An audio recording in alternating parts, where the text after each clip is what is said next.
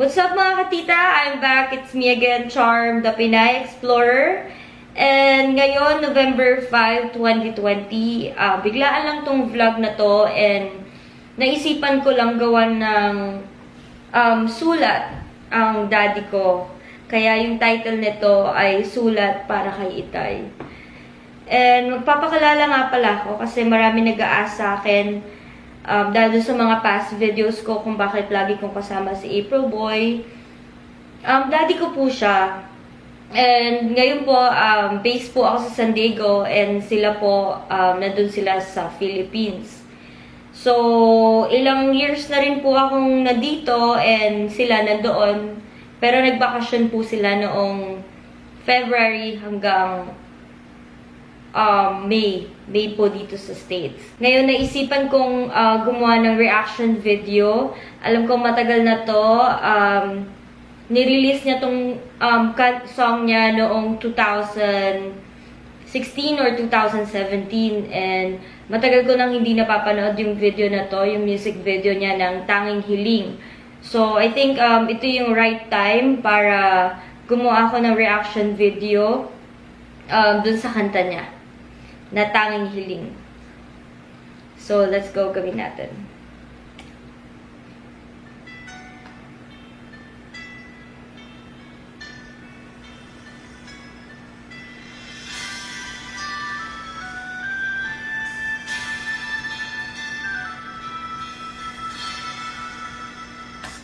Yan, talaga naman pinapakita niya dito na talagang nakukuha niya yung strength niya kay God. Nagdasal, nagsusumamo, sana'y pakinggan ang panalangin ko. Grabe, umpisa pa lang, nung video naiiyak na ako.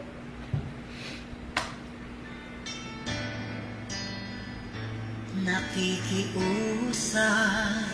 sana'y tulungan mo na tumagal pa ang buhay ko.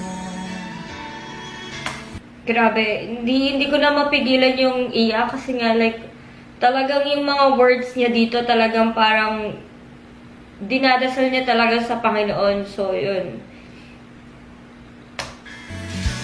Nalulungkot ako at umiiyak.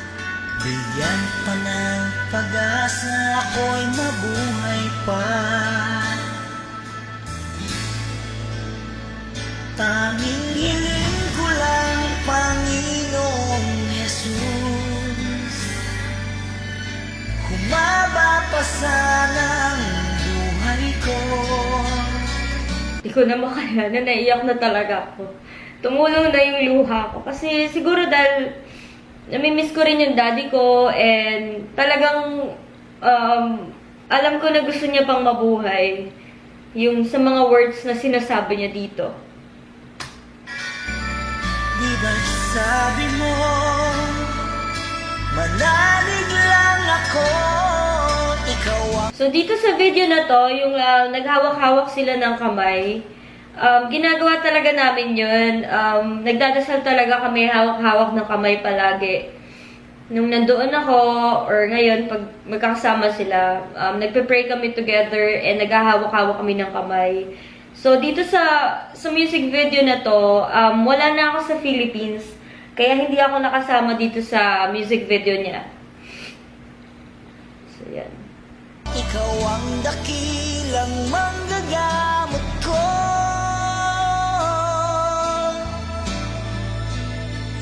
Tanging hiling ko lang, Panginoong Jesus,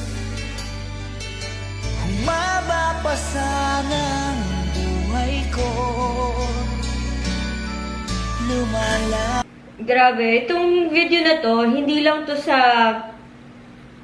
ginawa niya tong song na to, hindi lang dahil sa kanya.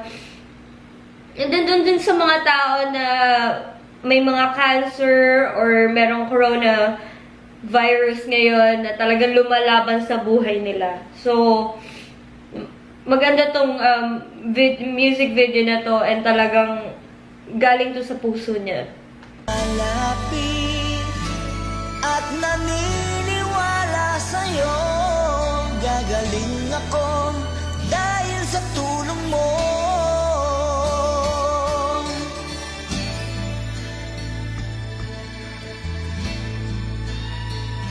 Heto ako, nagmamakaawa, damdamin ko'y lubos na nahihirapan.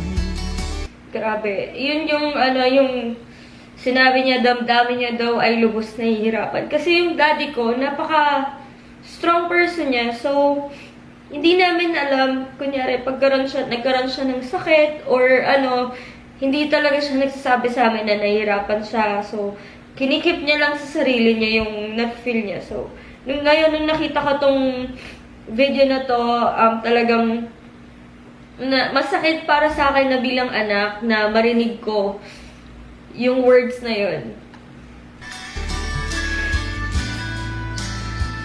Puso at isip ko nananampalataya sa'yo. So, ito sa video na to, like, merong pastor, yan si Pastor Jerry. So, nung dati nasa Philippines ako, every Monday, tuwing Monday, meron kaming Bible study every Monday. So, in-invite namin yung mga relatives namin or families na gustong maki-Bible study rin sa amin. So, yan. May pag-asa pa na darating. Nalulungkot ako at umiiyak. Bigyan pa ng pag-asa, ako'y mabuhay pa. Shoutout pala sa mommy ko. Yan yung mommy ko, si Mommy Madeline. Kasi, shoutout sa kanya kasi napaka-strong niya. And perfect siya talaga sa dad ko kasi lumalakas lalo yung loob ng daddy ko dahil sa kanya. So, Mom, I miss you and I love you. Tanging hiling ko lang, Panginoong Jesus. Yung katabi ng daddy ko dito, si Lola Lucy. Yan siya, si Lola Lucy ko ngayon nasa heaven na. Yan. Hi, Lola Lucy. I love you. Siya yung mom ng daddy ko. Humaba pa sana ang buhay ko. Di ba't sa And dun sa video na yun, shoutout din pala, like, thank you yun, mga relatives ko yun, relatives ng mom ko, relatives ng dad ko, kasi very supportive sila sa family namin, and lagi silang nandyan sa amin. Thank you sa inyo. sabi mo, manalig lang ako, ikaw ang dakilang manggagamot ko.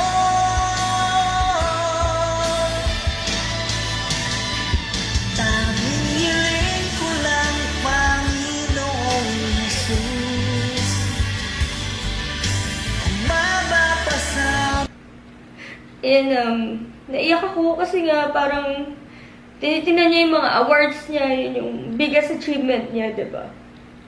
So, yan, naiyak ako dun. ang buhay ko. Lumalapit at naniniwala sa'yo, gagaling ako dahil sa tulong mo. Gagaling ako dahil sa iyo.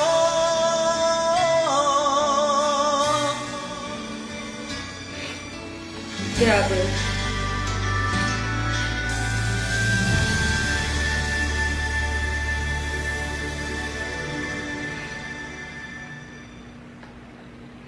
Grabe. Sabi ko na maiyak ako eh.